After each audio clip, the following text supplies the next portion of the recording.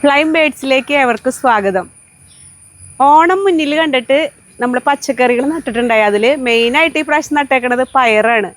Grow ബാഗിൽ പയർ നട്ടേക്കണത്. അതുമാതിരി തന്നെ അതിനൊരു സ്പെഷ്യലായിട്ട് പോർട്ടബിൾ ആയിട്ടുള്ള ഒരു പന്തൽ ഇട്ട് കൊടുത്തിട്ടുണ്ട്. ആ പന്തലും അതിനോടൊപ്പം ഉണ്ടായി കിടക്കുന്ന പയറും നമുക്ക് പറിക്കാം.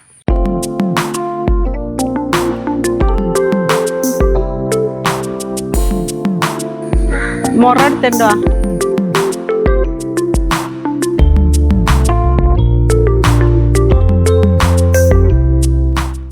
ഇവിടെ ലോലപ്പയർ, ഇതാണ് ലോല, നീളമുള്ളത്. എന്തോരം നീട്ടുണ്ടാവും ഇത്? എത്ര നീട്ടുണ്ട്? ഇതിവിടെ കുറേ ഉണ്ടാവാറുണ്ട് കേട്ടാ. ഇത് നമുക്ക് ഒരു പിടി ഉണ്ടെങ്കിൽ ഒരു പെരിക്കായി പറിക്കാം. അതെങ്ങനെ പറിക്കാം? മുകളില് ഫാഷനബിൾ ആയിട്ട് പോയേക്കാണല്ലോ അവര്. മുടി മഴന്നിട്ടാ ഫാഷനബിൾ ആണ് പയറ്. ഇങ്ങനെ വലിച്ചാലോ കിട്ടും. അയ്യോ ആ ഇതിന്റെ തുമ്പത്ത് അതായത് ഇവിടെ ഇങ്ങനെ ഒരു ഇതുണ്ട്, അതുമ്മ പിടിച്ചിങ്ങനെ ഞെക്കണം, അപ്പൊ പോരും.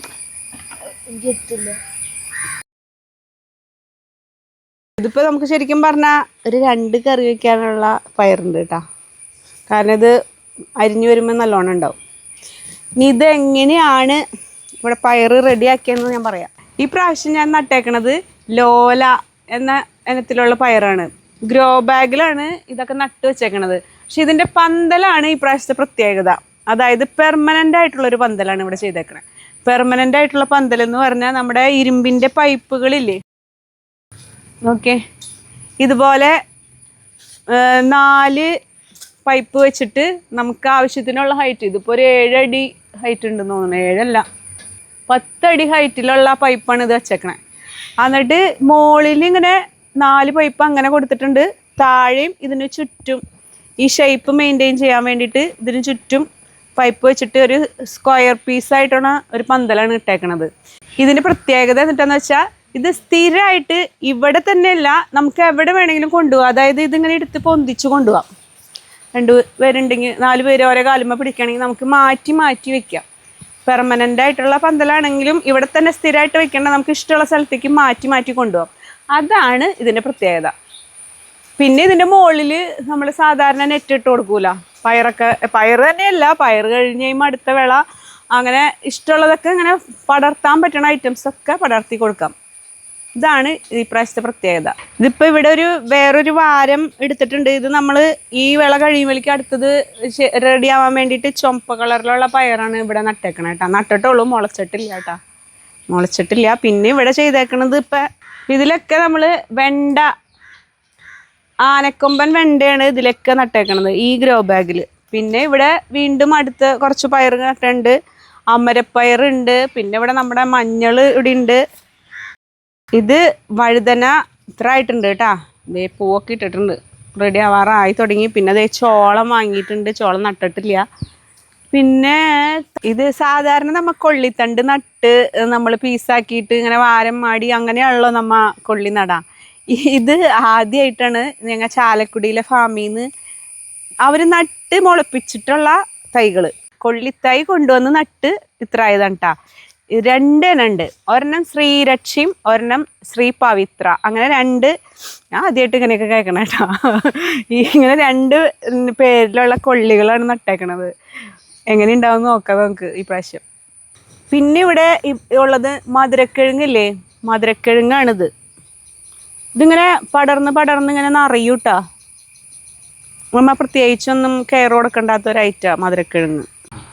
ഇത് കണ്ട ഇങ്ങനെ തണ്ടുമ്മ വേരുണ്ടാവും. നമ്മൾ ഈ ചില ചെടികളൊക്കെ കാണില്ലേ, അതുപോലെ കുരുമുളകൊക്കെ പോലെ. അപ്പം ഇതിൻ്റെ ഈ വേരിങ്ങനെ കൊള്ളണോടത്ത് ഇങ്ങനെ നിറഞ്ഞിങ്ങനെ സ്പ്രെഡ് ആയിക്കോളും. ഇത് മണ്ണിട്ട് കൊടുത്താൽ മതി.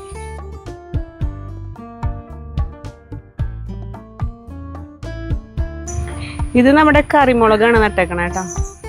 3-4 കട കറിമുളകുണ്ട്, പിന്നെ ഇഞ്ചി ഉണ്ട്. ഇതൊക്കെ ഗ്രോ ബാഗ് തന്നെയാണ്. പിന്നെ അതേ ഞാൻ മുമ്പ് കാണിച്ചിട്ടുണ്ട് ഇത് വീഡിയോയിൽ.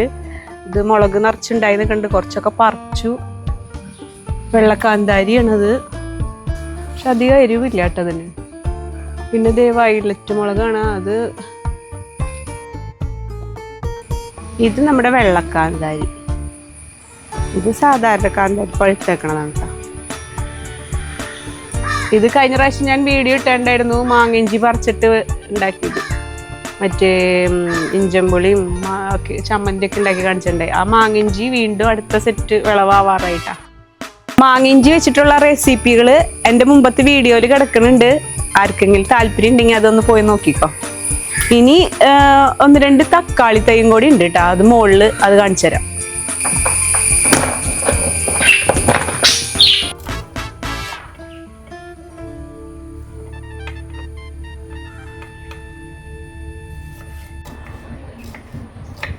നമ്മൾ ഈ പറിച്ചു കൊണ്ടുവന്ന പയറിലെ അച്ചിങ്ങ മാത്രം എടുത്തിട്ട് വെക്കണ ഒരു തോരനാണെന്ന് ഞാൻ കാണിക്കണതിനൊപ്പം. വളരെ സിമ്പിളായിട്ട് ഉണ്ടാക്കാൻ പറ്റണതാണ്